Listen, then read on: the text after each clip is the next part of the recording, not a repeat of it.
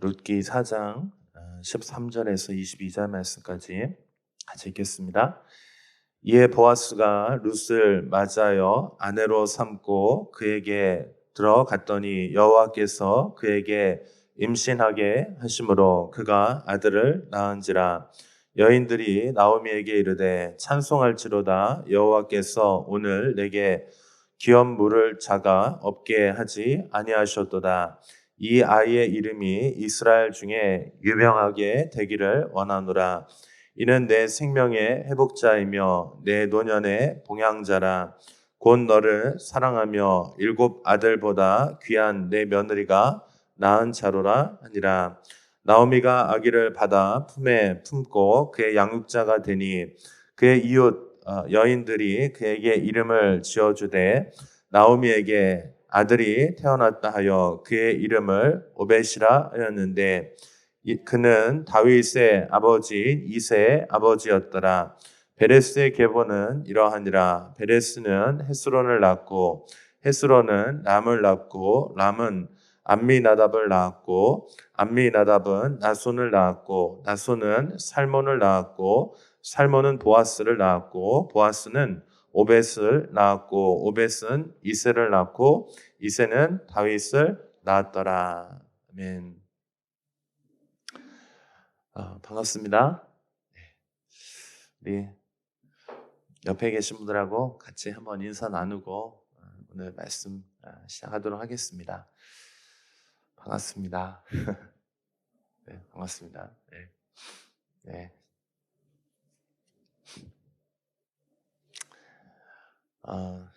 여러분 잘 지내고 계셨나요? 네. 시간이 참 빠르게 지나가는 것 같아요. 벌써 이제 5월 끝자락이니까 이제 날씨가 많이 더워져서 느낌은 거의 이제 뭐 여름, 조금 있으면 이제 여름이 오니까 이제 좀 덥기도 하고 여러 가지 좀 그런 것 같아요. 아마 또 여러분 청년들은 이제 기말 시험 준비하시느라 좀 바쁘시겠죠? 네, 시험 준비하시느라 좀 바쁘실 텐데 힘내시기 바랍니다. 네, 그래서 오늘 좀 광고를 먼저 좀 드려야 되겠네요. 두 가지 정도 광고를 조금 미리 드릴게요. 첫 번째 광고는 이제 여러분 이제 시험 공부하셔야 되는데 그 장소를 좀 무료로 나눔을 하려고 그래요.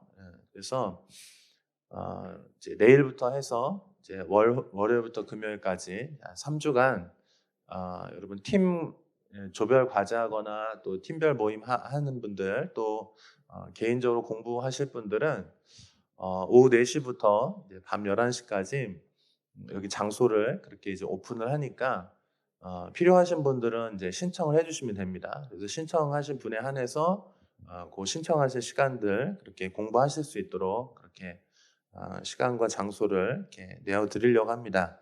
이제 뭐 간단한 간식과 또 이렇게 프린트도 이렇게 무료로 할 수 있으니까 필요하신 분들은 좀 잘 활용하시면 좋을 것 같아요. 그리고 두 번째 광고는 오늘 예배 마치고 좀 시간 되시는 분들은 라면 파티를 하니까요. 좀 드시고 가셔서 또 힘내서 공부하셔서 좋은 결과 있으셨으면 좋겠습니다. 오늘은 이제 메시아라고 하는 말씀의 제목으로 여러분과 함께 좀 말씀을 이제 나눌 텐데요. 오늘 우리가 읽은 본문에 보면 마지막 이제 룻기 4장에 이제 전반부와 후반부가 있는데 이제 우리가 후반부를 읽은 거거든요. 그 후반부에 보면 족보 이야기로 이 룻기 이야기가 이제 마무리가 됩니다. 족보 이야기. 히브리어는 톨레도트라고 이렇게 얘기를 하는데 이 성경에서 족보 이야기는 사실은 굉장히 중요한 주제이고 또 중요한 이야기예요. 왜냐하면 어느 집안에 속해서 그가 어떤 사람인지 정체성을 나타내기도 하고 그 미래를 나타내기도 하기 때문에 이 족보라고 하는 것은 이제 굉장히 중요한 의미라고 이렇게 할 수 있겠습니다. 자, 그래서 오늘 이제 족보에서 이제 결국 이제 메시아 이야기까지 여러분 좀 그렇게 말씀으로 좀 인도해 가려고 하는데, 제가 오늘 이제 말씀 준비하고 이렇게 이제 나오면서 불현듯 이제 그런 생각이 들었어요. 우리가 제가 아까 이제 시간에 대해서 얘기를 했는데, 시간은 이제 두 종류의 시간이 있어요. 그래서 어떤 사람들은 하나의 시간을 살아가는 사람이 있고, 또 어떤 사람은 두 개의 시간을 살아가는 사람이 있습니다. 여러분 한번 난 어디에 속한 사람인지 한번 살펴보세요. 자, 첫 번째, 하나의 시간에 속한 사람들은 현재를 위해서 살아가는 사람들입니다.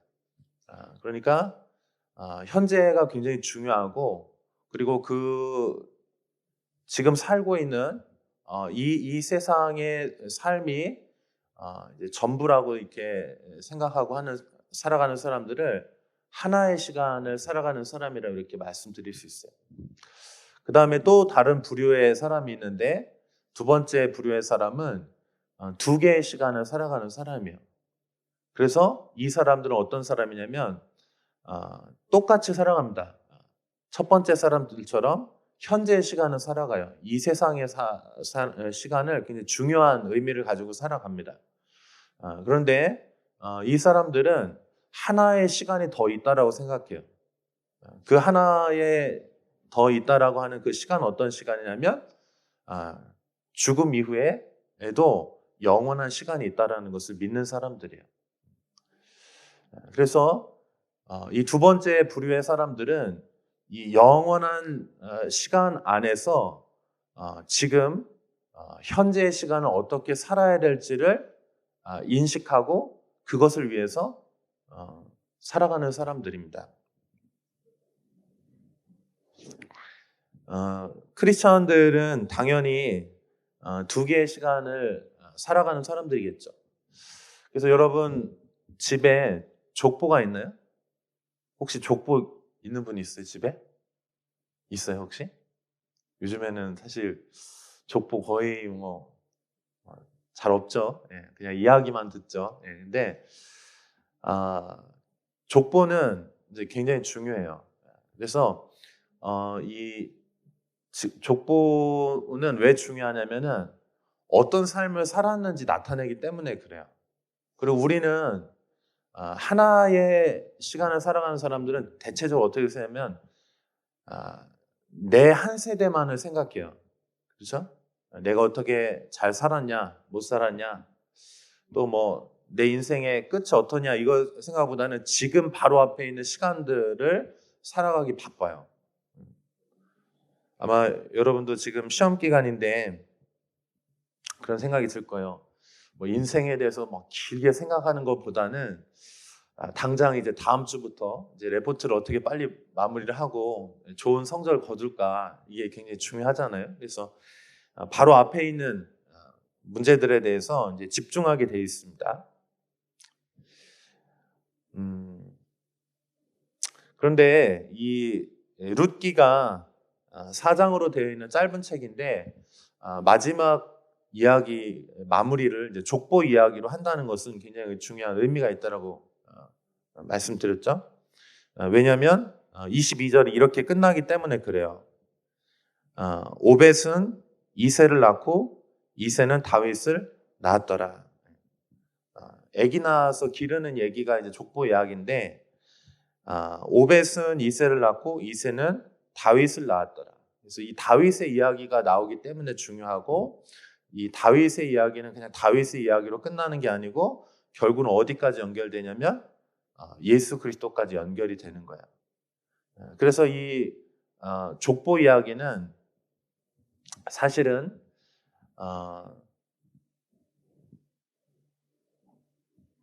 종말론적이에요. 통역이 되나요? 좀 어렵죠?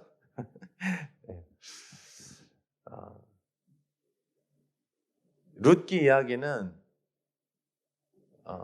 한 여자와 한 남자가 결혼해서 이제 아기 낳은 얘기예요.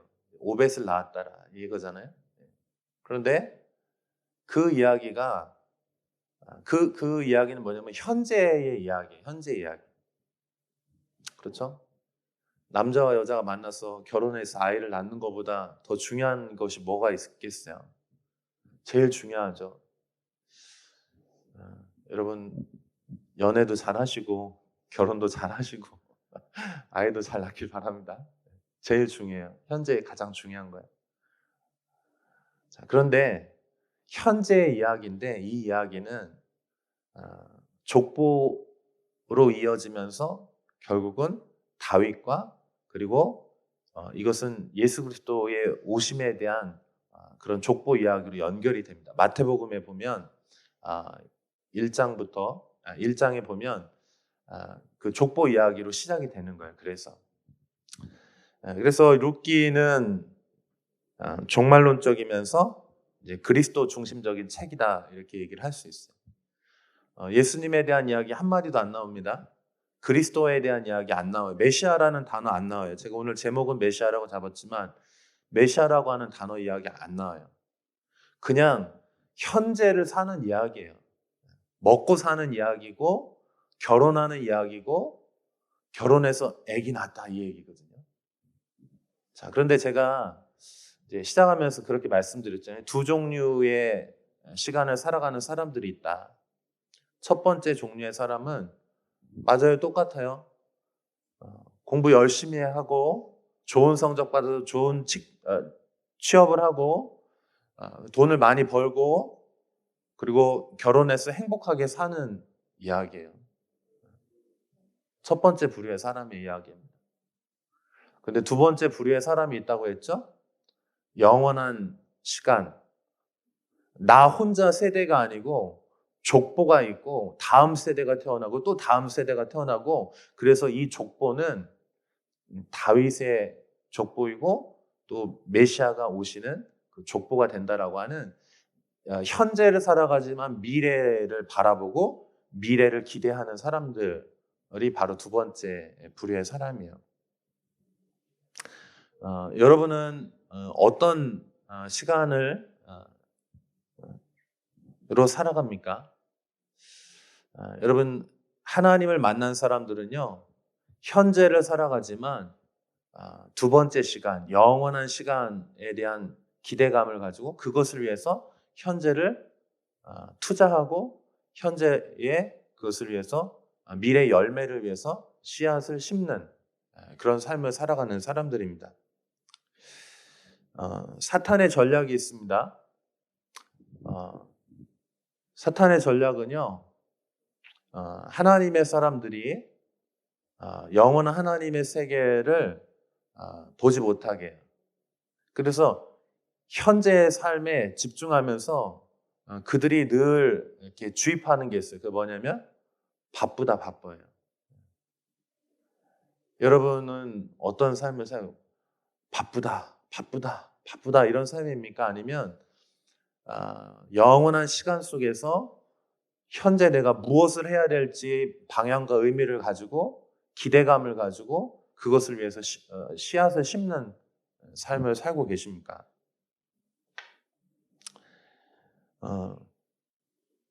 이번 주, 다음 주 아마 우리 대학생들한테는 좀 되게 중요한 시간이잖아요.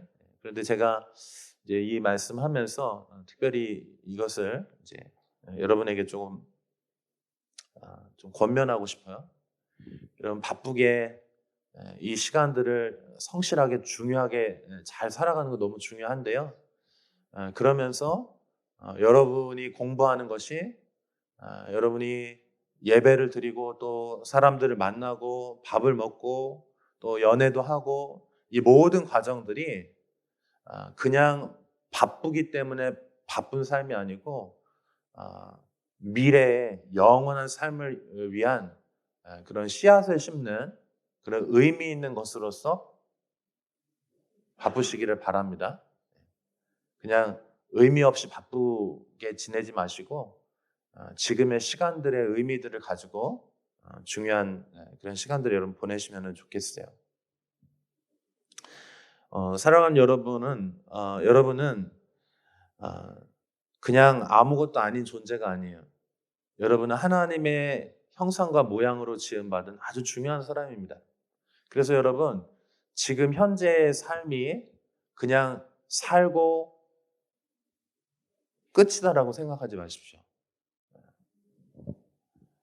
여러분의 현재 주어진 시간은 아주 중요한 시간이에요. 영원한 미래를 위해서 투자할 수 있는 아주 중요한 시간이고, 여러분은 영원한 존재예요.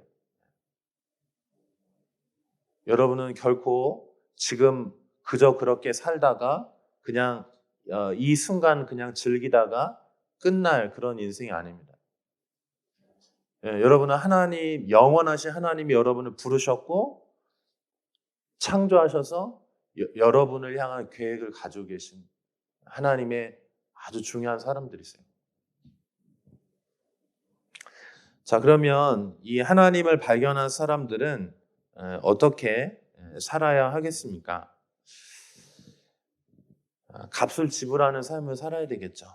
그렇죠? 오늘 우리가 이제 읽은 부분이 룻기 4장의 이제 후반부인데, 그 전반부에 보면 룻기 4장의 이제 1절부터 12절까지 보면 무슨 얘기가 나오냐면 기업 물을 자에 대한 이야기가 나와요. 제가 이제 한 3주간에 걸쳐서 지금 계속 설명하고 있죠. 땅을 이제 가난해져서 어떤 환란을 만나서 자기 땅을 이제 소유권을 이제 넘기게 되는데, 근데 그것을 이제 되찾아가지고 다시 기업을 찾아주는 거예요. 그래서 이것을 기업 모를 자라고 이렇게 이야기를 하는데, 친척 중에서 어려움을 당하면 돕게 되어 있습니다. 근데 사장에 보면 가까운 첫 번째 친척이 있었는데 그 사람이 그걸 포기를 해요. 그리고 이제 두 번째로 가까운 사람이 룻인데, 이 룻이 자기가 가진 재산을 값을 지불해서 그것을 이제 되찾아주는 이야기입니다. 사랑하는 여러분, 현재만을 살아가는 사람이라고 한다면은 당장 나에게 손해가 되는 걸 안 하게 돼 있죠, 그죠? 손해가 되는데 왜 예배를 해? 지금 시간이 없는데. 손해가 되는데 왜 헌금을 해? 손해가 되는데 왜 헌신을 해? 이렇게 생각할 수 있잖아요. 자, 그런데 여기 보아스는, 이 하나님의 사람은 현재를 살아가지만 영원한 것을 볼 줄 아는 사람이에요. 하나님을 아는 사람이고, 그래서 하나님의 약속을 지키게 될 때 그 약속이 하나님 나라에서 위대하게 그렇게 쓰임받게 될 것이라고 하는 것을 알고 있는 사람입니다. 그래서 이 사람은 어떻게 합니까? 값을 지불해서 하나님의 말씀을 이행하는 거예요. 여러분이 하나님의 뜻을 행하고자 한다면, 하나님의 말씀을 이행하고자 한다면은 분명히 값을 지불해야 되고 손해를 볼 수가 있어요. 자, 그런데 이 과정을 통해서 무슨 일이 벌어지는 겁니까? 땅을 되찾아주고, 그리고 룻과 결혼을 하게 되는 거예요. 그래서 룻에게 아이를 낳아주는데 그 아이가 바로 오벳입니다. 이 오벳은 이새를 낳고, 이셋은 다윗을 낳는 거죠.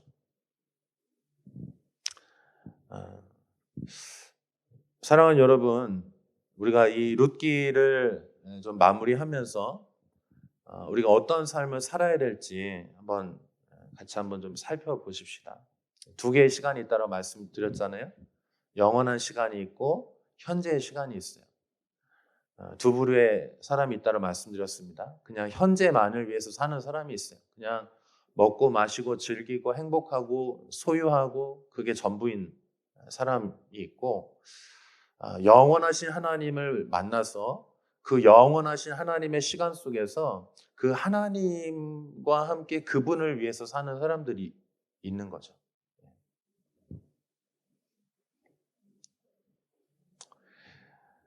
때로는 우리가 이제 상황이나 환경이 이제 어려워질 수 있고 힘들어질 수가 있어요.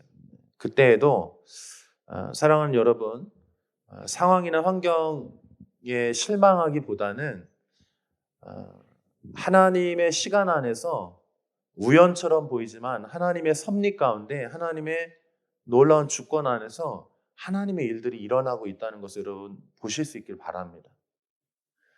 저와 여러분이 지금 이 자리에서 이곳에서 예배하는 것은 결코 우연이 아니라고 믿습니다. 분명히 하나님의 목적과 뜻이 있기 때문에 저와 여러분을 만나게 하셨고 또 이곳에서 하나님을 예배하게 되는 거죠. 여러분 어려움을 만날 때 너무 낙심하거나 좌절하지 마십시오. 왜냐하면 하나님의 위대한 일들은요 편할 때 이루어지는 게 아니고요 고난 가운데 고통 가운데 부족하고 결핍됐을 때 그때 하나님의 역사가 그 가운데서 일어나기 시작하는 거예요. 그 여러분 작은 것에 주목하고 환난과 어려움에 대해 주목하고 그래서 지금 이 시간에 이 시간만 할 수 있는 것들이 있거든요. 근데 여러분 우리가 너무 넉넉하고 너무 많이 소유하고 너무 많이 가지면 그냥 현재만 집중하면 잘 보이지 않아요.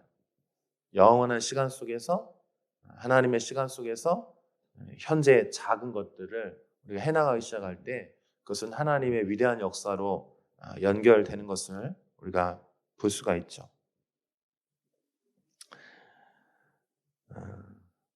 사랑하는 여러분, 우리가 이제 좀 같이 기도하기를 원하는데요. 오늘 좀 나와주시겠어요? 같이 기도하십시다.